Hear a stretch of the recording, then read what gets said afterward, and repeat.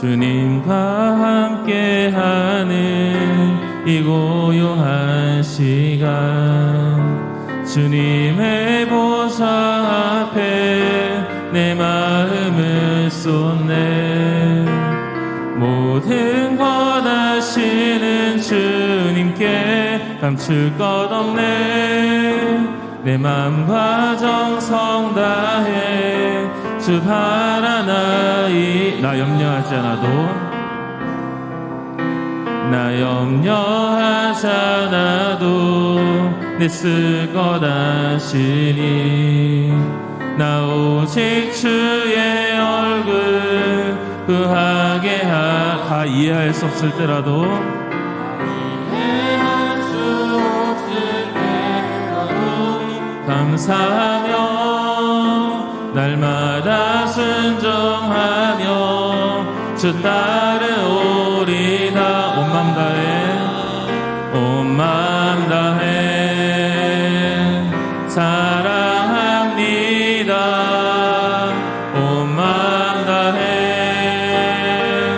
주 알기 원하네. 내 모든 삶 당신 것이니 주만 섬기리. 주님과 함께하는 이 고요한 시간, 주님과 함께하는 이 고요한 시간, 주님의 보좌 앞에 내 마음을 쏟네.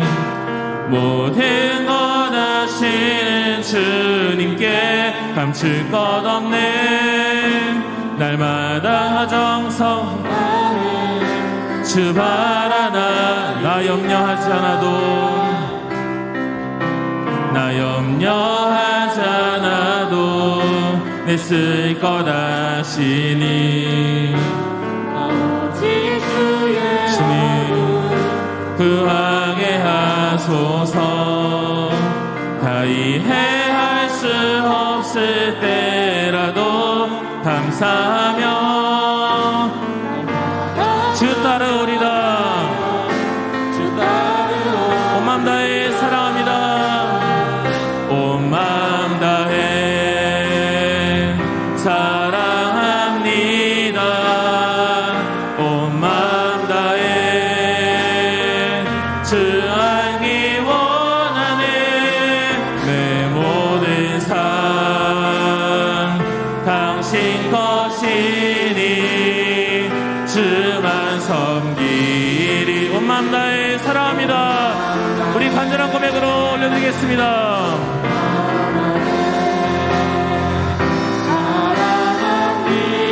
온 맘 다해 주 알기 원하네. 내 모든 삶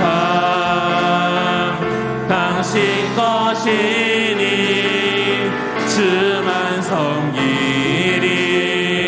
온 맘 내가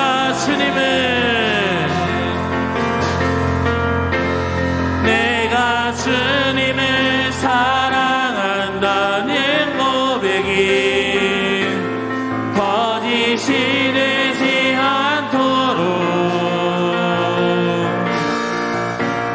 내가 그들을 사랑한다는 고백이 진실이 되게 하소서. 세상 끝까지 주를 전하리 한 고백이 거짓이 되지 않도록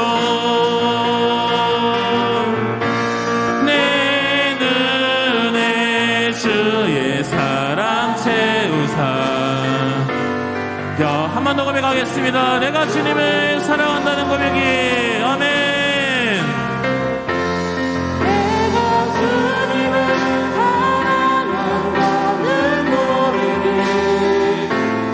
거짓이 되지 않고. 아멘. 내가 그들을 사랑한다는 고백이 진실 진실이 되게 하소서.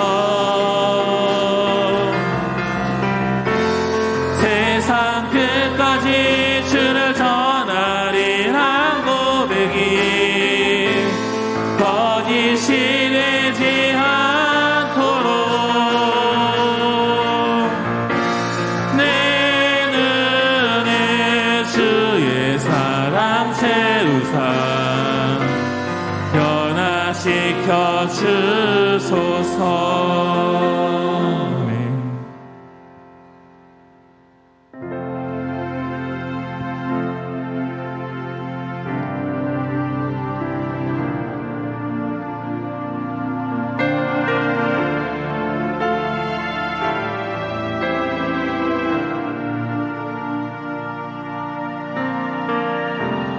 세상을 구원하기 위해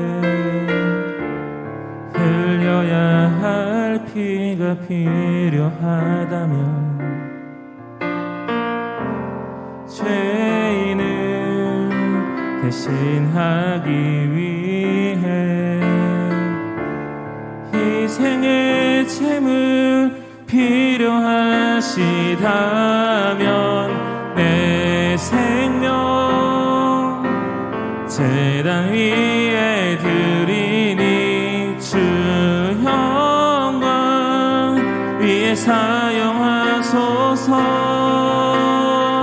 생명이 또 다른 생명 낳고 주님 볼 수 있다면 나의 삶과 죽음도 아낌없이 드리니 죽어야 다시 사는 주의 말씀 믿으면 하늘의 미랄 되어 썩어지리니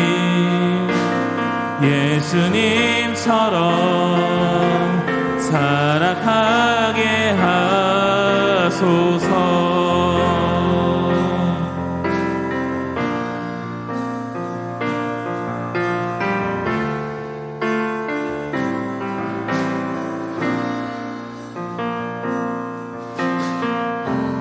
길 잃어 지친 양을 찾아 망상에 이리저리 헤매이는 한 영혼 찾아 아파하는 예수님 마음 내게 주옵소서. 십자가 온 세상 위한 그 희생 눈물로 크게 가게 하소서. 생명이 또 다른 생명 낳고 주님 볼 수 있다면 나의 삶과 죽음도 아낌없이 드리니 죽어야 다시 사는 주의 말씀 믿으며 하늘의 미랄 되어 썩어지리니 예수님처럼 살아가게 하소서.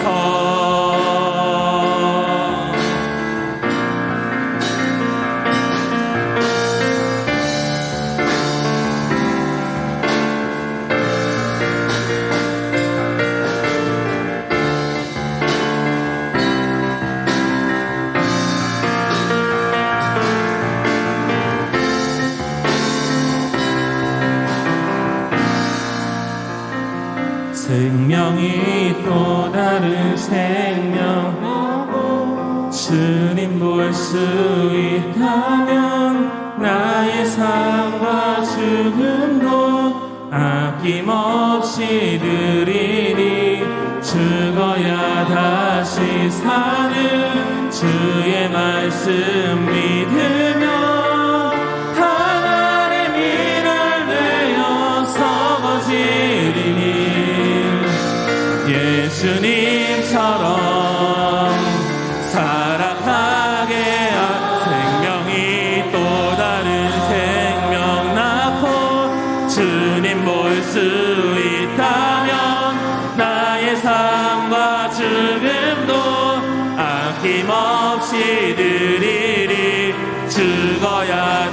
다시 사는 주의 말씀 믿으며 하나님 일할 되어 썩어지리니 예수님처럼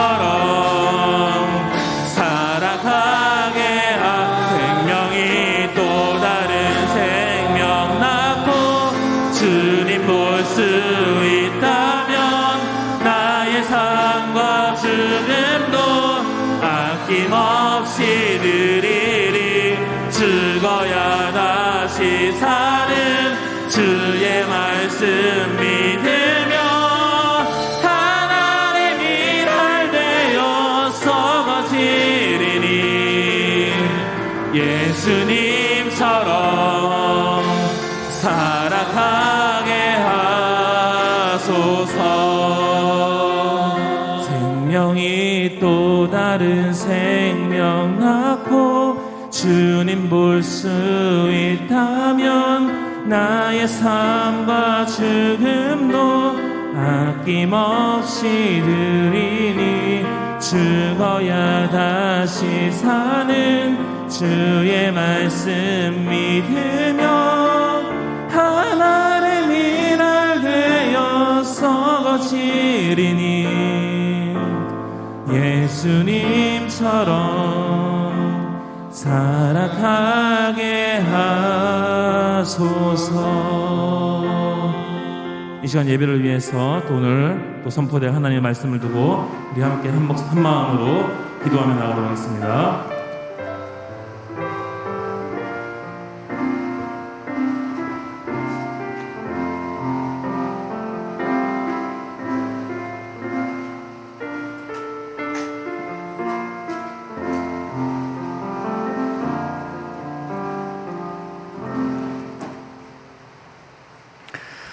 오늘 경건회는 총회 교육국에서 오셔서 메타버스에 관련된 강의를 해주실 겁니다. 여러분들 잘 들으시고 또 많은 도전 받으시는 시간 될 수 있기를 바랍니다. 함께 묵도 드리도록 하겠습니다.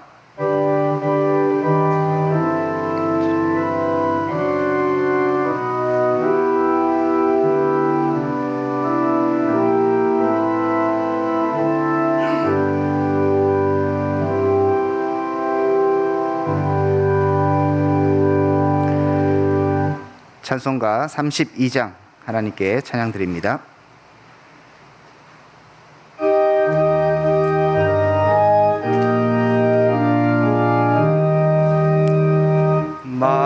만유의 주제 존귀하신 예수 사람이 되신 하나님 나 사모하여 영원히 섬길 내 영광 되신 주로다.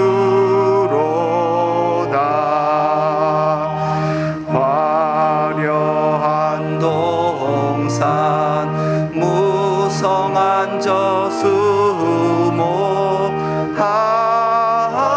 아름답고 묘하나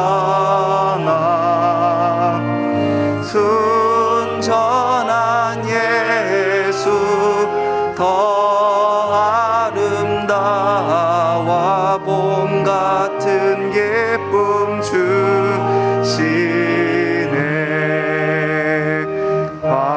광명한 해와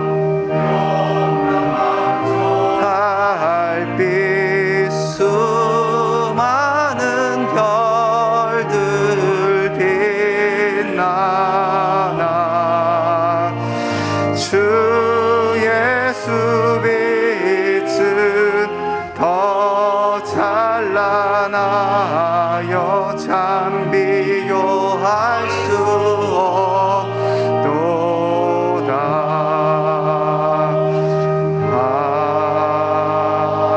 아멘. 학생 지도부 서기로 섬기시는 최광영 목사님 대표 기도 인도하십니다. 하나님 아버지 참 감사합니다. 하나님의 선지 동산에서 주의 귀한 말씀을 배우는 많은 학생들이 잠시 시간을 멈추고 하나님 앞에 예배로 영광 돌리게 하시니 감사합니다. 특별히 하나님 앞에 부름받은 삶을 살아갈 때 하나님이 내 인생을 책임지고 내 인생을 붙들고 있다는 사실을 기억하고 말씀에 충실한 삶을 살아갈 수 있는 하나님의 사역자들이 다 될 수 있도록 은혜를 베풀어 주시옵소서. 특별히 이 시간에는 총회 학생 지도부를 통해서 급변하는 이 시대에 하나님의 말씀의 사역자들이 어떻게 주의 교회를 섬길 것인가에 대해서 고민하며 또 그 말씀을 붙드는 시간을 가지기를 원합니다. 말씀을 전가하는 김태훈 목사님에게 성령으로 충만하게 해주시고 이 말씀을 듣는 모든 자들에게 하나님의 귀한 은혜가 임하게 하여 주시옵소서. 감사하며 예수님의 이름으로 기도드리옵나이다. 아멘.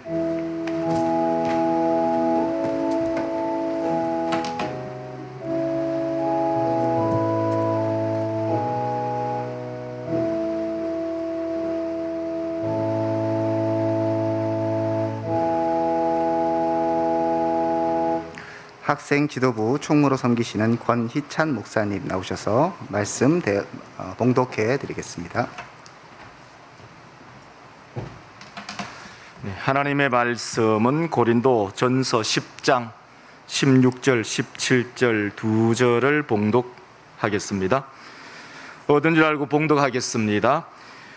우리가 축복하는 바 축복의 잔은 그리스도의 피에 참여함이 아니며 우리가 떼는 떡은 그리스도의 몸에 참여함이 아니냐. 떡이 하나요 많은 우리가 한 몸이니 이는 우리가 다 한 떡에 참여함이라. 아멘. 자, 이 시간에 김태훈 목사님 나오셔서 메타버스 시대의 신앙 플랫폼이라는 주제를 가지고 강의해 주시겠습니다. 나오시기 전에 총회에서 오신 분들 우리 한번 환영하는 박수 한번 하도록 하겠습니다. 여러분들을 섬기시기 위해서 오셨습니다. 감사합니다. 자, 목사님 나오셔서 강의해 주십시오. 할렐루야. 예, 여러분들 안녕하세요. 예. 자, 우리가 오늘 이 시간 메타버스 시대 신앙 플랫폼이라는 제목으로 함께 나누려고 합니다.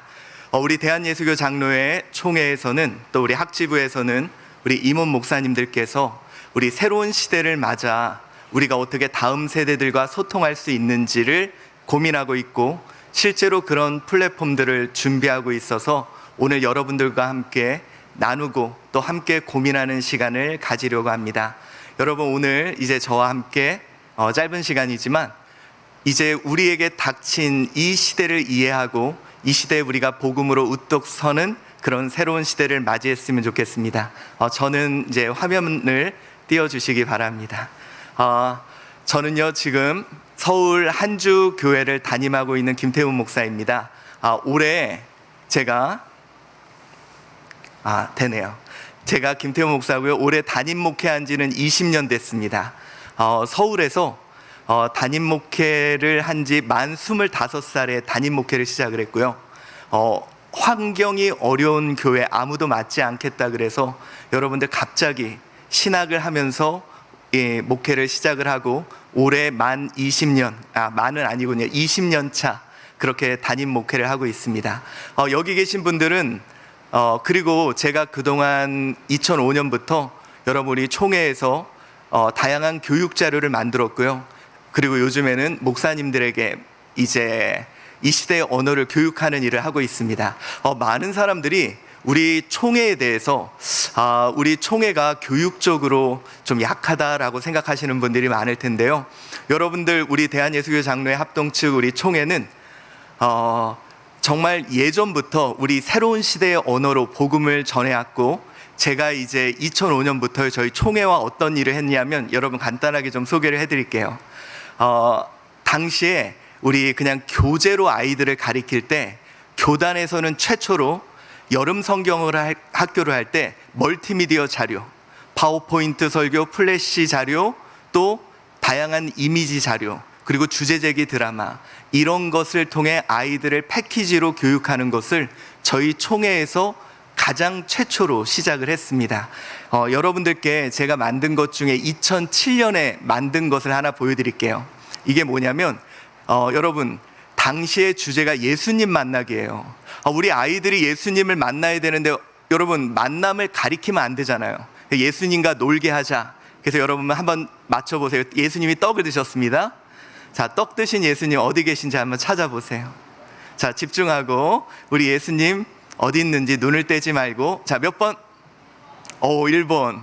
예, 정답입니다. 그거 맞히시네요. 여러분 제가요 이걸 2007년에 만들고 항의 전화가 무진장 많이 왔습니다. 왜 항의 전화가 왔을까요? 거룩하신 예수님이 폴짝폴짝 뛴다고 막 항의 전화가 오고 난리가 났었습니다. 이런 일들을 여러분 끊임없이 해왔고, 그리고 그거 한 번만 클릭해 주세요. 네, 하나만 넘겨주세요. 옆으로. 아까는 잘 되다가.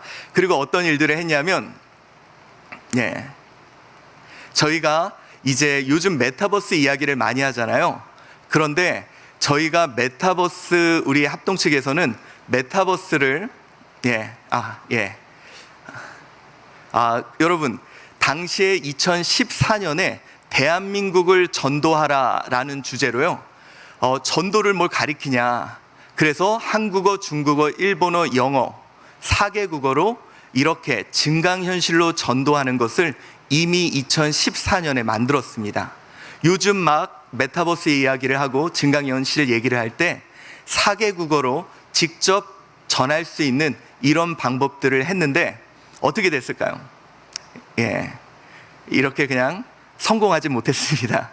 너무 빨리 요즘 막 메타버스 얘기를 하는데 당시에 스마트폰 사용하지도 잘 않은 시절에 이미 증강현실을 만들어서 그냥 신기하다 그리고 넘어갔었던 적이 있었습니다. 그리고 또 어떤 일을 했냐면요, 여러분 우리 아이들에게 우리 성막과 성전과 이런 것을 가리킬 때 너무 어렵잖아요. 만약에 VR을 쓰고 성막을 다 돌아보고 그리고 교육한다면 얼마나 효과적이겠습니까? 그래서 여러분 저희는 2017년에 이런 걸 만들었습니다. 이런 거를, 이게 뭐냐면 요즘 이제 VR 이야기를 많이 하는데 이미 2017년에 VR을 쓰고 그 성막을 돌아다니면서 이제 여기에 지성소가 있고 여기에 뭐 촛대가 있고 이렇게 돌아보면서 교육하는 프로그램을 이미 2017년에 시도했고 그런 것들을 만들었습니다. 여러분 모르시죠? 저희 교단이 되게 겸손해요. 이렇게 알려지지를 않고 소개를 잘 하지 않습니다. 그래서 이거를 쓰고 직접 들어가서 그렇게 교육하는 그런 시도도 했습니다. 여러분 오늘 제가 여러분에게 이 자리에 선 이유는 우리가 새로운 시대의 새로운 언어로 교육하는 방법을 우리가 이제 나눠야 될 것 같아요. 저를 제일 먼저 코로나가 생기고 찾았던 데가 어디냐면 교회가 아니라 사립초등학교 교장선생님 연합회에서 찾았습니다. 재작년 2월에 이제 앞으로 비대면 수업이라는 걸 해야 되는데 어떻게 해야 되냐. 그래서 여러분 그때 다양한 비대면 수업하는 방법을 제시했고 그게 화랑초등학교에서 시범 운영이 되고 그리고 그것이 효과적이라 그래서 전국에 이제 초등학교에서 비대면 수업의 기초를 놓게 되었습니다. 그래서 여러분 막 교회들이 욕을 먹을 때 유일하게 교회의 아이디어가 퍼져간다라는 유일한 기사가 났던 기사입니다. 여러분 제가 이때 느꼈던 게 있어요. 심지어 어떤 교장 선생님은 저한테 목사님 부탁이 있는데 제발 목사님이라는 이야기를 안 해주시면 안 돼요 그러시더라고요. 근데 여러분 이 모든 것이 교회에서 나왔는데 어떻게 제가 얘기를 안 하겠습니까? 그런데 우리 교사들이 인정을 하고 존중을 하고 따라하고 싶어 하더라고요. 그때 제가 느꼈던 게 그거였습니다. 다시 우리 교회가 압도할 수 있겠구나. 우리 다시 교회가 이끌어갈 수 있겠구나. 여러분 우리 예전에는요 기억나시죠? 문학의 밤 그리고 재롱잔치, 대한민국의 사회와 문화를 교회가 이끌어갔어요. 그런데 어느 때부터 우리가 뒤처지기 시작했죠. 근데 제가 이번에 느꼈던 게 다시 교회가 압도할 수 있겠구나. 여러분 우리 이번 기회를 통해 정말 복음으로 다시 압도하는 시대를 맞이합시다. 자, 오늘 제가 여러분들과 함께 이 SC 메타버스 신앙 플랫폼에 대해서 이야기를 나누려고 하는데요. 여러분, 우리 다음 세대들, 여기 계신 분들 정말 고민이 많을 겁니다. 우리가 기나긴 우리 SC라는 것, 우리 학생 면려부, 아이들의 신앙을, 특별히 우리 중고등부 신앙을 고민하며, 여러분 진짜 우리 여기 계시는 우리 목사님들 계시잖아요. 정말 우리 아이들 위해서 고민하고 매일 회의하고 다음 세대를 위해 어떻게 이 아이들에게 신앙을 전수할까 고민을 합니다. 여러분, 우리가요 기나긴 기간 코로나 시대를 지나왔습니다. 솔직히 여러분들도 코로나 처음 터졌을 때는 좋았죠. 저는 20년 동안 새벽 예배 드리다가요 2주 쉬니까 정말 행복했습니다. 근데 여러분, 문제가 2주 이러다 보니까 아마 다들 위기감을 느끼셨을 거예요. 혹시 여러분들은 이 코로나 기간 무엇하고 계셨습니까? 단지 코로나가 끝나기만을 기다리고 계신 건 아니었을까요? 여러분, 제가요 코로나가 터졌을 때 저희 교계 어른들을 설득했던 이야기가 하나 있어요. 그게 뭐냐면 바로 이겁니다. 여기 안 나오네요. 제가 얘기해 드릴게요. 뭐냐, 여러분 혹시 그거 아세요? 코로나가 이 비대면이 예전에도 있었던 거. 우리는 비대면이 지금만 있었다고 생각하는데 비대면 성경에 나옵니다. 자, 뭐냐? 바울입니다. 바울이 열심히 대면에서 교회를 세우고 열심히 대면에서 복음을 전했어요. 그러다가 어떻게 됩니까? 격리당해요. 격리당합니다. 그때 서신서를 보면요, 바울도 성도들을 보고 싶어하고 성도들도 바울을 빨리 대면하기를 원해요. 그런데 여러분, 바울은 한없이 대면할 날만 기다리고 있지 않았어요. 어떻게 했습니까? 복음을 멈추지 않겠다는 그 간절함으로 당시의 필사미디어 양피지와 파피루스의 복음을 기록하기 시작해요. 그리고 안타까운 마음으로 이거라도 하면서 복음을 회람시킵니다. 여러분, 이걸 돌려보고 베껴보고 나눠봤는데요, 이것이 바로 초대교회 부흥의 원동력이 되었습니다. 여러분, 제가요 수많은 목사님들을 만나면서 막 이것도 해보고 줌도 해보고, 근데 이분들이 새로운 기술을 했던 게 아니에요. 제가 만나본 모든 분들은 복음을 멈추지 않겠다는 그 열정, 이거라도 해보자, 이거라도 전해보자라는 그런 바울의 열정이 있었던 것 같습니다. 혹시 여러분들은 이 코로나 기간 나는 어떻게 보내고 있었습니까? 요즘은 우리 이제 코로나가 많이 정상화되면서 이제 다시 대면이 활성화되고 아마 여러분들도 아이들과 수련회를 어떻게 할까 고민이실 겁니다. 그래서 많은 사람들이 다시 예전으로 돌아가면 돼라고 말을 해요. 근데 여러분께 묻고 싶은 게 있습니다. 정말 2018년, 2019년 그때로 돌아가고 싶습니까? 여러분, 기억 안 나세요? 이미 우리 아이들, 많은 아이들이 비대면하고 있었습니다. 신앙은 있지만 교회에 나오지 않는 가나안 성도, 거꾸로 하면 뭐예요? 안 나가 성도. 여러분, 우리 이미 예전부터 아이들은 비대면하고 있었어요. 그런데 우리는 자꾸 그때로 돌아가면 된다고 합니다. 그런데 여러분, 제가 묻고 싶은 게 이겁니다.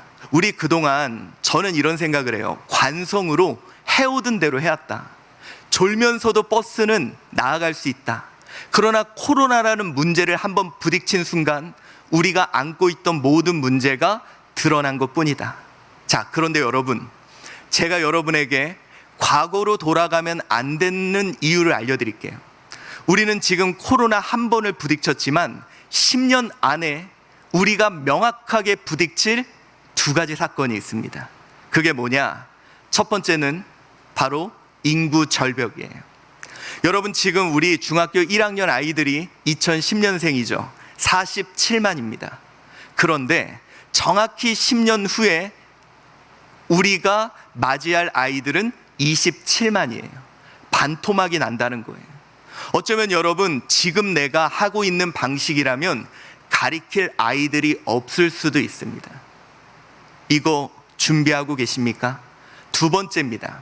바로 인공지능이 여러분 이제 놀랍게 활성화가 되는 시기를 2024년부터 경험하실 거예요. 여러분, 지금요 이 인공지능의 발달이 상당히 빠릅니다. 제가 이렇게 얘기 드릴게요. 이제 여러분보다 더 감동적이고 탁월한 설교를 AI가 할 수 있어요. 실제로 미국은 헐리우드에서 이미 시나리오를 AI가 쓰고 있고 기사의 일부분을 AI가 쓰고 있고 대한민국에서는 이화여대에서 옛날부터 이런 것을 만들어 놓았습니다. 자, 그때 우리는 결정을 해야 돼요. 두 가지 중에 하나. 첫 번째, 은퇴를 하거나 두 번째, 이 AI를 비서로 써서 우리의 복음의 지경을 놀랍게 확장하는. 여러분, 이제는 AI가 번역도 해주고 통역도 해줄 겁니다. 그러면 여러분이 아이들을 교육하는 그 지경이 대한민국을 넘어서서 러시아, 남아프리카, 미국까지 확대될 수 있습니다. 여러분은 어떤 선택을 하시겠습니까? 또한 우리가 걱정되는 게 이거예요. 2020년 가을 세변이가 나타나 코로나가 재유행할 가능성도 있다고 합니다. 여러분, 우리요, 한번 경험해 보면 됐잖아요. 또 똑같은 그런 시기를 보내야 되겠습니까? 자, 그렇다면 저는 여러분에게 이런 이야기를 하고 싶어요. 많은 사람들이 다시 예전으로 돌아가면 돼. 아니요. 여러분, 우리는 이미 코로나로 인해서 10년 정도 미래로 도착했습니다. 안 믿어지시죠? 여러분, 우리 어렸을 때부터 이미 알고 있었어요. 제가 이 말씀을 드리는 게 뭐냐면, 모든 사람들은 이 시대를 준비해오고 올 것을 대비하고 있었습니다. 한번 생각해 보세요. 갑자기 닥친 상황이라면 아무것도 없어야 되잖아요. 근데 어떻게 중계를 하지? 유튜브가 이미 있고, 어떻게 소그룹을 하지? 줌이 이미 있습니다. 이건 뭐냐? 모든 사람들은 이런 시대가 올 거라고 하는 것을 알고 예측하고 준비해 왔다는 거예요. 실제로 여러분 준비한 데는 놀라운 성장기를 맞이했습니다. 아마존, 쿠팡, 드라이브스루 있는 음식점. 여러분, 우리는 무엇을 준비했습니까? 저는요, 이렇게 말씀드릴게요. 2년 전에 여러분과 지금의 여러분은 완전히 다른 사람입니다. 2년 전에 나는 전화로 짜장면을 시켜 먹었는데요, 지금 나는 온라인 앱에서 짜장면을 시키고 오프라인에서 먹습니다. 2년 전 나는 길거리에서 한없이 택시를 기다렸는데요, 지금의 나는 온라인에서 택시를 부르고 오프라인에서 택시를 탑니다. 이미 온라인과 오프라인을 혼용해서 쓰고 초연결 확장 현실 속에서 우리는 살아가고 있다는 거예요. 자, 그렇다면 저는 이 시대에 대해서 이렇게 말씀드리고 싶습니다. 코로나로 인해서 우리는 10년의 미래라는 새로운 세상, 우리 아이들이 쓰고 있던 이 언어, 여러분, 우리 아이들은요, 이미 메타버스 세상에서 살고 있었어요. 제가 청년부들을 밥을 사주겠다고 이렇게 아이들하고 밥을 먹고 카페에 가면요, 이놈들이 저랑 이야기를 안 하고 스마트폰으로 서로 대화를 나눕니다. 오프라인에 같이 있지만 이미 온라인으로 소통하고 있었다는 거죠. 자, 여러분, 우리는 미래로 도착했습니다. 여러분들은 이 미래를 어떻게 하시겠습니까? 근데요, 여러분, 이 일이 정확히 400년 전에도 있었습니다. 어떤 일이냐? 바로 청교도들이죠. 여기서 핍박받고 저기서 핍박받던 그들이 메이플라워를 타고 신대륙에 도착합니다. 처음에는 그곳에서 당황했고, 그리고 풍토병에 걸려 죽는 사람도 있었어요. 그런데 여러분, 그들이 그곳에서 그들의 언어를 배우고 농사법을 배워요. 여러분, 나중에 이 땅이 뭐가 되는지 아세요? 전 세계에서 가장 영향력이 있는 땅이 되고, 나아가 그 땅에서 전 세계로 선교사들이 파송이 되었습니다. 여러분, 우리는 이상하게 교회들, 여러분들도 좀 이상하지 않았습니까? 교회, 목회자. 대한민국에서 어떤 집단이 이렇게 강제적으로 새로운 시대의 언어를, 미디어를 배우게 하고 강제적으로 그런 것을 하게 했을까? 여러분, 우리는 이 새로운 땅에 도착했습니다. 많은 사람들이 당황하고 또 풍토병 걸린 사람도 있어요. 그런데 우리 이 시대를 어떻게 맞이해야 될까요? 자, 여러분, 우리는 이 새로운 시대를 메타버스라는 말을 씁니다. 근데 여러분, 솔직히 많은 분들이 이 메타버스에 대해서 부정적으로 생각을 하세요. 그리고 가상공간이라고 이야기를 하는데요. 여러분, 많은 사람들이 가상공간이라고 얘기하지만 그건 옛날 얘기입니다. 메타버스 1.0이고요. 제가 이제 좀 설명을 해드리도록 하겠습니다. 이 메타버스가 쉽게 생각하면 무엇일까? 여러분들은 메타버스를 뭐라고 생각하세요? 많은 사람들은 기술이라고 생각하거든요. 근데 여러분, 메타버스는 이겁니다. 바로 미디어 환경, 소통의 환경이에요. 여러분, 우리가 지금 당황하는 이유는 사람들이 앞으로 어디서 소통하고 어디서 교제합니까? 메타버스라는 공간에서 소통한다는 거예요. 어떤 분이 그러더라고요. 목사님, 메타버스 위험합니다. 정말 위험합니다. 그런데 메타버스도 위험하지만 음성 미디어도 위험합니다.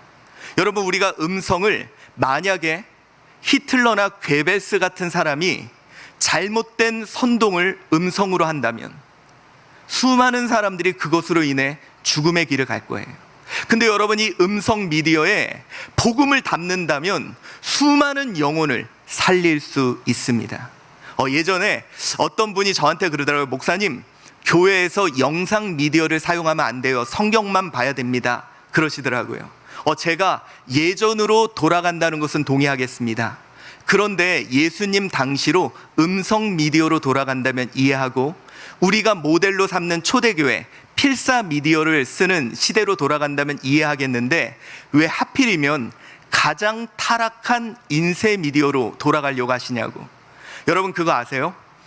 인쇄술을 가지고 제일 먼저 했던 게 면죄부를 찍었고, 가장 음란한 것이 인쇄물에 담기기 시작했고, 젊은 베르테르의 슬픔과 같은 책이 찍혀서 자살 열풍을 불게 해서요, 미디어 교육이라는 말이 이 인쇄 미디어 때문에 나오게 된 것입니다.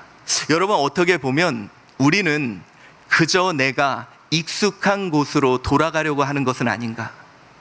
자, 여러분, 우리 한번 생각해 봅시다. 특별히 이 미디어, 제가 여러분들께 한번 물어볼게요. 우리 아이들에게 복음을 전하기 위해 미디어를 어떻게 사용해야 된다고 생각하십니까? 참고로 저는 서강대학교 언론대학원에서 미디어 교육 커뮤니케이션을 전공했습니다. 그래서 오늘 강의는, 죄송합니다, 야매가 아니라는. 그래서 여러분, 한번 우리 고민하면서 같이 들어봅시다. 한번 제가 여러분 물어볼게요. 세 개 중에 하나 여러분의 의사를 듣고 싶습니다. 자, 아이들에게 복음을 전하기 위해서 미디어를 적극 사용해야 된다. 1번. 미디어를 사용하면 안 된다. 2번. 미디어를 사용하되 조심해서 사용해야 된다. 3번. 여러분의 의견을 손을 들어 표해 주시기 바랍니다. 자, 미디어는 적극적으로 활용해야 된다. 1번. 예, 저 뒤쪽이 많으시네요. 자, 원래 뒤쪽에 앉으시는 분들이 그러시죠? 자, 2번. 미디어는 사용하면 안 된다. 한 분 계십니다. 자, 3번. 미디어는 사용하되 조심해서 사용해야 된다. 역시 우리 대구입니다. 예. 근데 여러분, 많은 사람들이 미디어라 그러면 뭐라고 생각하냐면 컴퓨터, 화면, 영상, 스마트폰, 이것을 미디어라고 이야기해요. 근데 여러분, 이것만 미디어가 아닙니다. 미디어가 뭐냐? 미디어는 내 마음의 생각과 뜻과 사상을 전달하는 모든 수단을 미디어라 그래요. 다시 한번 말씀드립니다. 내 마음의 마음과 생각과 뜻과 사상을 전달하는 모든 수단. 여러분, 우리 마음속에 있는 걸 뭘로 전하죠? 말, 표정, 몸짓, 그림, 영상, 조명, 음향, 이 모든 걸 통해 전해진다는 거예요. 여러분, 그런데 참고로 우리가 소통함에 있어 그동안 복음을 말로 전했죠. 근데 여러분, 커뮤니케이션에서 말은 몇 % 정도 차지할 것 같습니까? 100% 중에. 우리는 대부분 말은 정말 잘 전했습니다. 근데 커뮤니케이션에서 소통함에 있어 말은 몇 % 정도 전달된다고 생각하십니까? 한번 손으로 한번 표현해 보세요.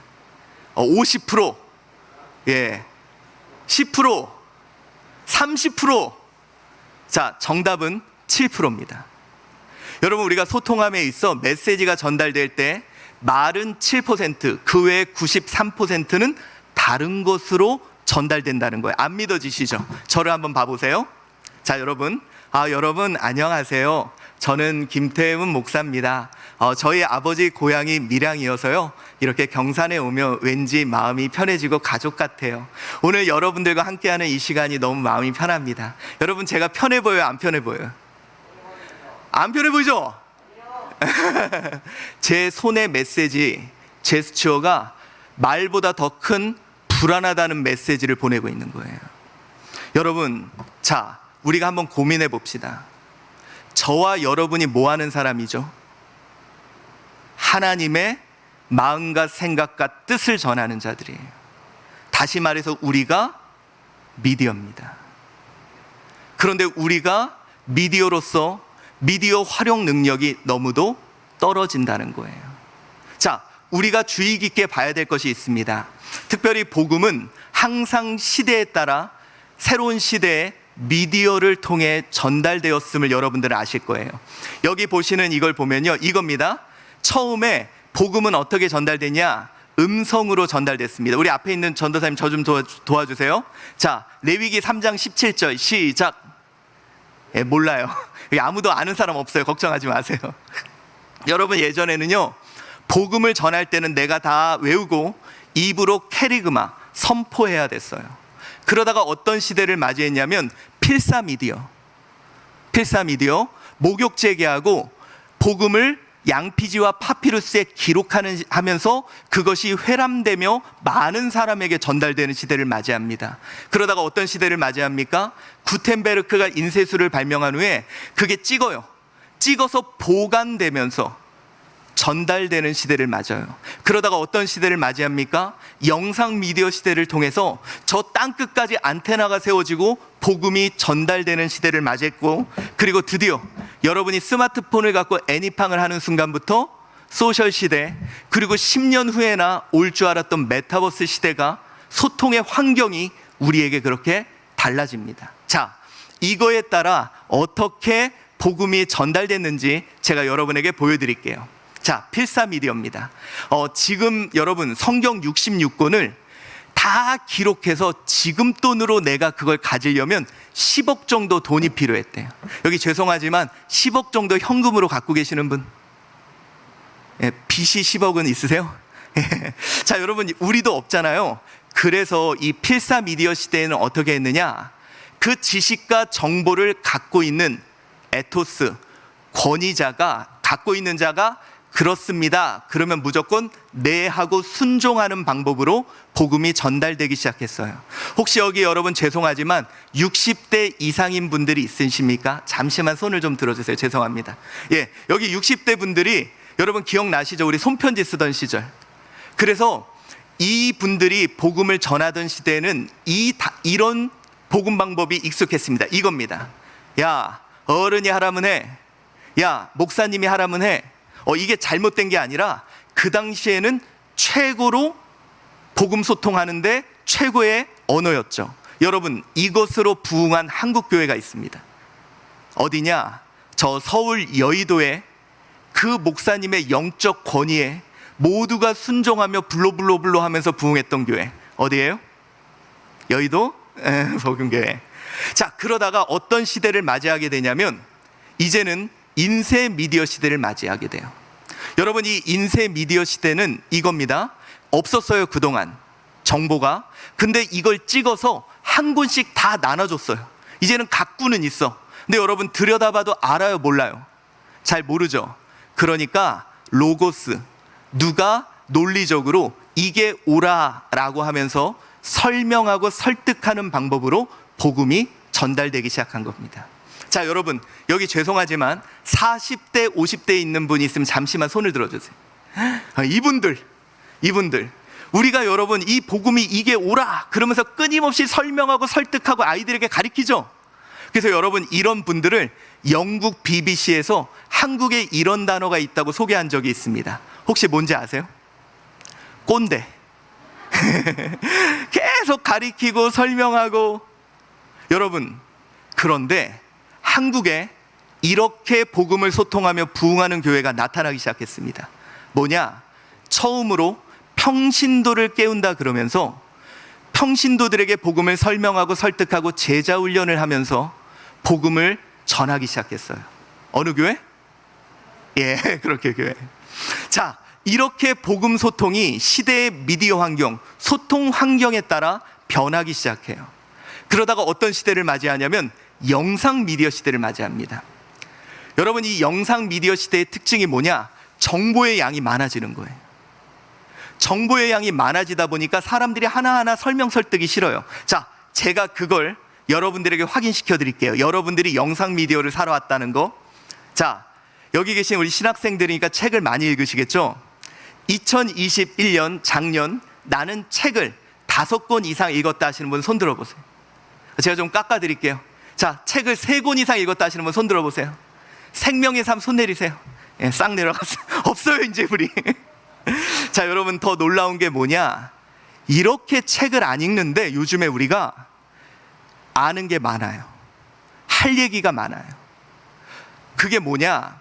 여러분, 우리 사람이 정보를 받는 데 있어 인쇄 미디어, 책에 비해 영상 미디어의 양이 1000배 이상 많대요, 최소. 물론 깊이는 깊지 않을 수도 있지만, 그러다 보니까 사람들이 어떻게 되냐? 이 정보 하나하나에 대한 설명 설득을 더 이상 원하지 않아요. 전체의 이미지와 감성으로 소통하기 시작하는 겁니다. 혹시 죄송하지만 여기 20대, 30대 분이 있으면 잠시만 손을 들어주세요. 여러분, 예, 이분들은 전문 용어로 잘 듣지 않으세요. 예, 잘 쳐드시지 않으세요. 아무리 알려줘도 안 들으려고 그래요. 그렇죠? 아, 죄송합니다. 여기 특별한 분도 계세요. 아무리 막 가리켜도 잘 안 들으려고 그래. 근데 여러분, 20, 30대가 무서운 게 뭔지 아세요? 이들은 이거예요. 왜 자꾸 말해? 왜 자꾸 이게 옳다 그래? 보여줘. 느끼게 해줘. 여러분, 그거 아십니까? 만약 20, 30대가 심장이 뛰면 나라도 바꾸려고 그래요. 20, 30대가 심장만 뛰면 못하는 일이 없습니다. 그런데 교회 오면 심장 뛸 일이 없대요. 계속 이게 옳다고 말만 한다고 합니다. 그래서 여러분, 20, 30대가 보여줘, 느끼게 해줘. 아마 어떤 분이 그럴 거예요. 목사님, 복음을 설명하고 설득하고 가리켜야지 무슨 감성과 이미지입니까? 라고 한다면 제가 이런 이야기를 하나 해드릴게요. 6년 전 조사인데요, 교회에 대해서 가장 부정적으로 생각하는 그룹이 누구냐? 그룹이 20대 초반입니다. 지금 이제 20대 중반이겠죠? 교회에 대한 긍정도가 10%예요. 나머지 90%는 교회에 대해 관심도 없고 싫어요.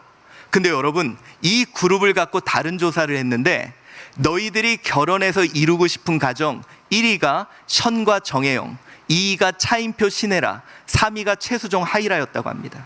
자, 여러분, 이 세 부부의 공통점이 뭘까요? 크리스찬 부부예요. 복음을 설명하고 설득한 것이 도달되지 않았던 그들이 조금이나마 복음대로 사는 모습을 보여주고 느끼게 하니까 나도 저런 삶을 살고 싶다고 도달되더라는 거예요. 여러분, 이런 언어로 소통하여 복음을 전하는 교회가 한국에 나타나기 시작했습니다. 어딘지 아세요? 분당에 있는 우의 교회, 그리고 용인 죽전에 있는 새의 교회. 보여주고 느끼는 파토스적인 소통의 방법이 코로나 전 시대까지 이 소통의 환경이었다는 거예요. 여러분, 제가 미리 말씀드릴게요. 여기 있는 많은 신학생들이 고민이 그겁니다. 아이들에게 어떤 영상을 보여줘야 돼? 나도 지금 그걸 배워야 돼? 결론부터 말씀드릴게요. 여러분이 열심히 만들어봐야 안 봅니다. 여러분이 봐봐야 유튜브 보시죠? 검색 안 합니다.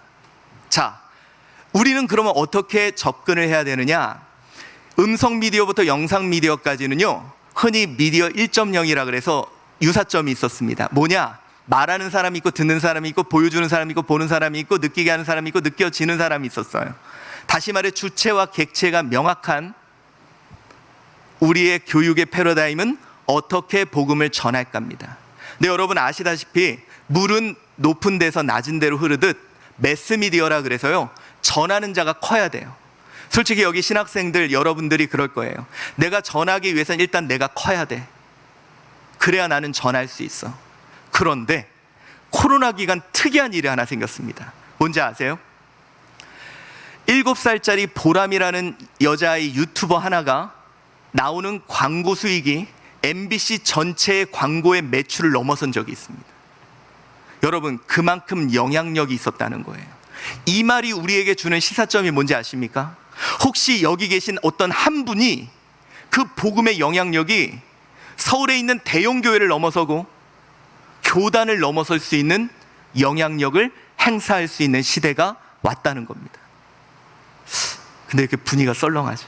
막 좋아야 되는데, 막 기대가 되고 막 그래야 되는데요.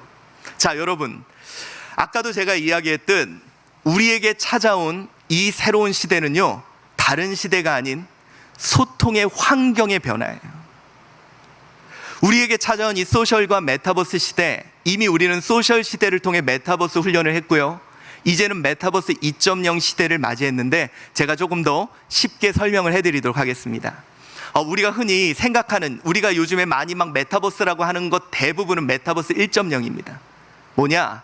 가상 공간에서 소통하는 SNS, 카카오톡, 유튜브, 우리는 그동안 메타버스 시대를 살아왔습니다.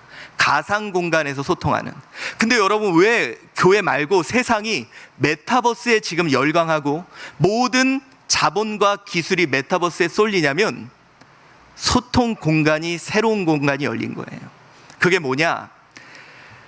여러분, 2020년 엔비디아의 회장 이 잭슨 왕이 메타버스의 시대가 펼쳐졌다라고 말했던 이유는 옛날 메타버스가 아니라 이제는 실감 기술의 발달을 통해 온라인과 오프라인이 초연결 확장되는 새로운 소통의 공간이 우리에게 나타났다는 거예요. 가상 공간에 여러분, 우리는 가상 공간에 안 갇혀요. 온라인과 오프라인이 이제는 개념이 사라지는, 여러분 지금 보시는 이 영상이 뭐냐면 마이크로소프트에서 메쉬라는 그런 플랫폼, 메타버스 플랫폼 중에 하나입니다. 이걸 보면요, 뉴욕에 있는 사람과 아마존에 있는 사람이 함께 작업을 합니다. 옆에 있는 것처럼. 여러분, 뭐 시간 관계상 다는 못 보여드리지만 앞으로 우리에게 펼쳐질 이 세상은 기대하세요. 여러분의 복음의 능력이 땅끝까지 이룰 수 있는 시대가 왔습니다. 이러면 막 좋아야 돼요, 여러분. 내가 크지 않아도, 내가 건물이 없어도 이제는 내가 복음으로 이 새로운 환경은, 소통의 환경은 우리에게 무한한 가능성을 주었다는 거예요. 예전에는요, 여러분, 방송국을 지어야 방송을 할 수 있는 시대였지만 이제는 복음 하나가 땅끝까지 영향을 미칠 수 있는, 여러분, 여러분의 예배에 미국에 있는 성도가, 압구정에 있는 성도가 참여하며 함께 은혜를 누릴 수 있습니다. 여러분의 교육 프로그램에 여러분 저기 아프리카에 있는 아이가, 러시아에 있는 아이가 참여하며 함께 은혜를 누릴 수 있습니다. 지금 저희 교회 이야기를 하는 거예요. 자, 우리에게 이러한 새로운 미디어 환경이 펼쳐졌어요. 실감 기술을 발달을 통해 현실과 가상 공간을 초연결 확장할 수 있는 시대가 우리에게 펼쳐졌다는 겁니다. 그래서 자, 언어에 대한 이야기죠. 아까 이제 로고스 쭉 나와서, 그렇다면 왜 사람들은 가상 공간과 이런 초연결 확장 공간이 필요했을까? 이겁니다. 이제는 내가 직접 참여하고 내가 정보를 공유하고 내가 공감해야 된다는 거예요. 자, 여러분, 스마트폰의 도구를 사람들은 자꾸 보여주는 도구로 써요. 아닙니다. 제가 여러분께 하나 물어볼게요. 여러분 교회에 비대면 때 다시 회복되었을 때 누구는 돌아오고 누구는 안 돌아왔죠? 그 기준이 뭔지 아세요? 이겁니다. 교회 일에 어떤 일이건 참여했던 사람은 나왔습니다. 지켜봤던 사람들은 떠나요. 그렇다면 여러분들이 이 언어를 알았다면 비대면 당시에 뭘 했을까요? 이걸 갖고 어떤 일이건 참여시켰어야 돼요. 제가 이 도구를 언제 썼냐면 6년 전에 썼습니다. 저희 교회 권사님이 평생 교회에 헌신하셨어요. 여러분, 그러다가 이분이 요양원에 들어갔어요. 요양원에 들어가면 어떻게 하시는지 알죠? 누워서 교회만 그리워해요. 제가 어떻게 했을까요? 교회 맨 앞자리에 360도 VR 카메라를 갖다 놨습니다. 그리고 그 이분한테 주일날 이걸 씌워드렸어요. 그래서 여러분, 가상으로나마 앞에를 보면 우리 목사님이 설교를 하고 있고 옆하고 뒤를 보면 나랑 함께 신앙생활했던 사람이 같이 있어. 그 중에 어떤 사람이 거기에 손을 흔들어. 아, 나를 위해. 여러분, 그분을 가상으로나마 참여시켰어요. 핵심은 가상이 아닙니다. 뭐예요? 참여예요. 여러분, 지금 우리의 교육의 패러다임이 이 메타버스 2.0은 뭐냐? 온오프라인으로 실감나게 참여하고 공유하고 공감하라는 거예요. 자, 여러분, 아까 제가 이 말씀을 했죠. 그 필사 미디어 시대는 어른이 하라면 우리 무조건 했습니다. 그렇죠? 인쇄 미디어 시대는 옳은 거라면 참고 했어요. 영상 미디어 시대는 감동받으면 했습니다. 근데 지금 시대는 뭐냐? 내가 참여하지 않으면 무조건 반대합니다. 여러분, 교회 보세요. 그 일에 내가 참여하지 못하고 정보를 모르면 무조건 반대합니다. 여러분들이 이 기기가 없더라도 여러분, 이 기기는 단지 참여하고 공유하고 공감하는데 좋은 도구일 뿐이지 이 기기를 쓰라는 게 아니에요. 메타버스라는 게 뭐냐? 결국 이겁니다. 그들을 참여시키는 거예요. 여러분, 예전에는 우리가 복음을 어떻게 전할까였다면 이제는 어떻게 복음에 참여시킬까입니다. 그런데 저는 단언컨대 부흥의 시대가 왔다고 확신합니다. 우리 학지부 임원 목사님들하고 계속 고민한 게 그거예요. 이제는 부흥의 시대가 왔다. 왜냐? 기존에는 우리가 복음을 전하는 방식은 큰 교회만이, 큰 사람만이 할 수 있던 시대였다면 이제는 복음에 참여시키는, 여러분, 메타버스의 핵심이 뭔지 아십니까? 플랫폼입니다. 참여할 수 있는 플랫폼. 자, 여러분, 이걸 우리가 제일 잘하는 겁니다. 혹시 커뮤니케이션의 어원이 뭔지 아세요? 커뮤니움입니다. 성만찬. 이걸 제가 서강대학교 언론대학원 첫 교시에 교회 다니지 않는 교수님께 들었어요. 성만찬, 커뮤니온이 커뮤니케이션의 어원이다. 자, 여러분 한번 생각해 보세요. 구약은, 이건 그냥 제 생각이에요. 여러분, 틀린 얘기입니다. 제가 신학은 잘 못해요. 커뮤니케이션 전문가라서. 구약은 여러분, 하나님이 내가 거룩하니 너희도 거룩하라고 말씀하셨는데 의인은 없나니 해서 못 알아들었죠. 그러니 말씀이 육신이 되어 우리 가운데 오셔서 식탁이라는 플랫폼에 남자와 여자, 주인과 종, 그리고 말씀 예수 그리스도의 살과 피에 그 떡과 잔에 우리를 참여시켰어요. 그들이 참여해서 맛보고 만지고 느끼고 경험하면서 그리스도의 살과 피가 전해졌다는 거죠. 여러분, 이 메타버스 환경이라는 게 바로 저는 이 성만찬이 모델이라고 생각합니다. 우리가 식탁을 차리고 플랫폼을 차리고 그들을 참여시키는, 여러분 보세요. 예전에는 삼성은 자기가 물건을 잘 만들어서 제공해줬죠. 근데 여러분, 요즘은 플랫폼입니다. 유튜브를 보세요. 자기가 컨텐츠를 만들지 않아요. 판을 깔고 그들을 참여시켜서 그들이 생산자가 되고 또 소비자가 되는 거예요. 이게 바로 플랫폼입니다. 여러분, 이것이 저는 이 성만찬이 원형이라고 생각해요.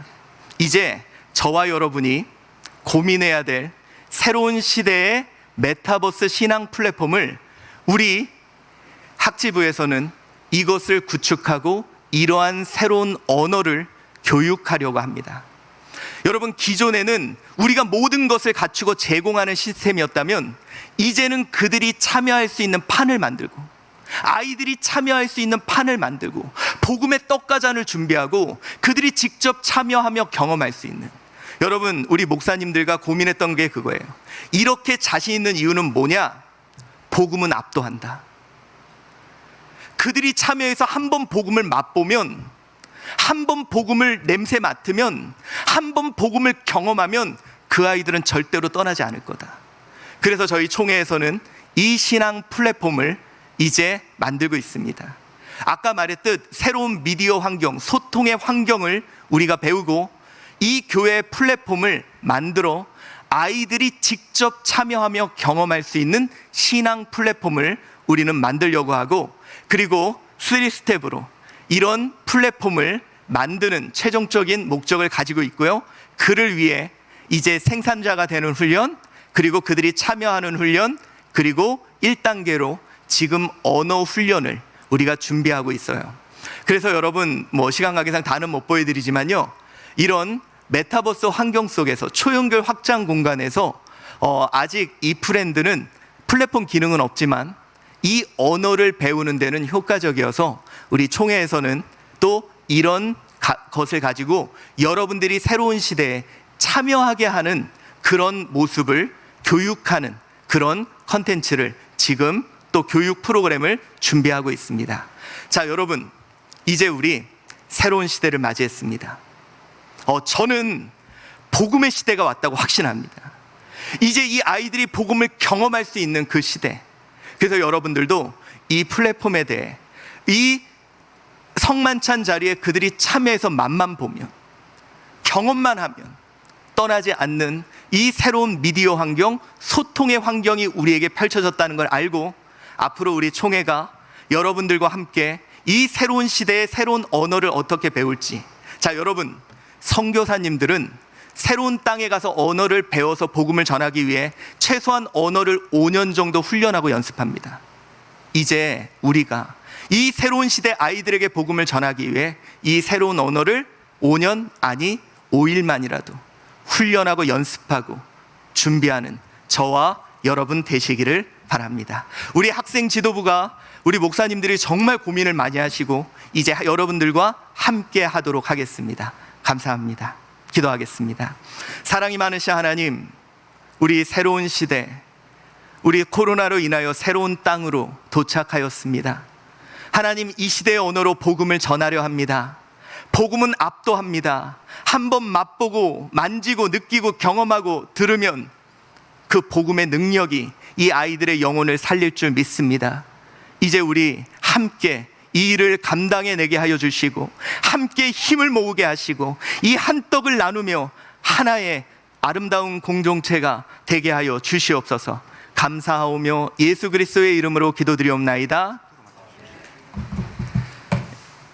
이제는 우리 주 예수 그리스도의 은혜와 하나님 아버지의 무한하신 사랑과 성령님의 감화 감동 내주 역사하심이 새로운 시대를 맞아 새로운 언어로 복음을 전하기로 결단하는 이 무리들 위해, 그리고 하나님께서 이곳에 주의 선지동산을 세우시고 또한 하나님의 역사를 이룰 우리 학교와 또 학생들과 우리 교수님들 위해, 그리고 모든 자들 위해 지금으로부터 영원토록 함께 있을지어다.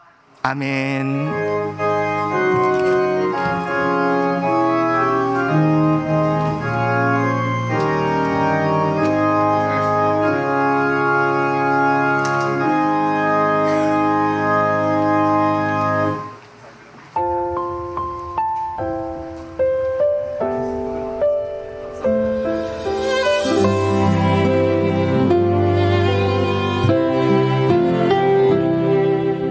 겸손히 울리는 나의 기도, 간구보다 감사를 드립니다. 응답하심도 거절하심도 기다리라 하심도